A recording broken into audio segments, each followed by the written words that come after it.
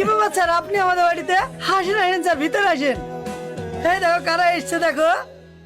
এনাকে তো ঠিক চিনতে পারলাম না। তিনি আমাদের স্যার।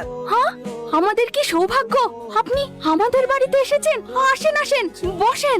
আপনারা তো ব্যস্ত হবেন না, যেটা বলার জন্য এসেছি। সালমা কি তোমার মেয়ে? হ্যাঁ স্যার, সালমা আমারই মেয়ে। কিছু হয়েছে নাকি? আরে না না, তেমন কিছু না। আসলে আমার ছেলে আপনার মেয়েকে খুব ভালোবাসে, তাই বিয়ের প্রস্তাব নিয়ে এসেছি। যদি আপনাদের কোনো আপত্তি না থাকে। আপত্তি কেন থাকবে? এ তো আমাদের সৌভাগ্য, আমার মেয়ে আপনার বাড়ি বৌমা হয়ে যাবে।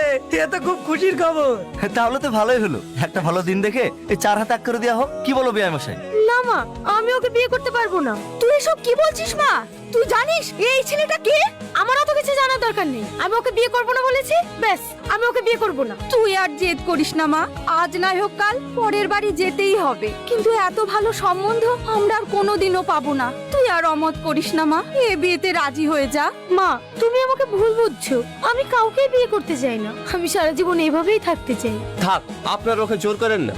সালমা, তোমাকে একটা কথা জিজ্ঞেস করব? আমি তোমার কাছে কি এমন অন্যায় করেছিলাম যে আমার আব্বাকে এমন ভাবে অপমান হতে হলো? আচ্ছা, তুমি কেন বিয়ে করতে চাও না, আমি কি জানতে পারি?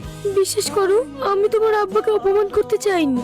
অপমান করতে চাসনি তো বিয়েতে রাজি হচ্ছিস না কেন? সে অনেক কাহিনী। আজ থেকে 3 বছর আগে সেই দিনটা ছিল 14ই ফেব্রুয়ারি। আমি একজনকে ভালোবাসতাম। I love you Salma. এটা কি হলো শাকিল, তোমার আসতে এত দেরি হলো কেন? আমি কখন থেকে তোমার জন্য অপেক্ষা করছি। সরি সোনা, আমি একটা জরুরি কাজে গিয়েছিলাম, ওখানে একটু দেরি হয়ে গেল।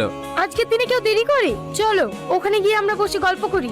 না না, হাজার গল্প করব না, আমি তোমাকে একটা সুন্দর জায়গায় ঘুরতে নিয়ে যাব। কোথায়? একটা বড় রেস্টুরেন্টে। না, আমি যাব না। কেউ দেখলে কি বলবে?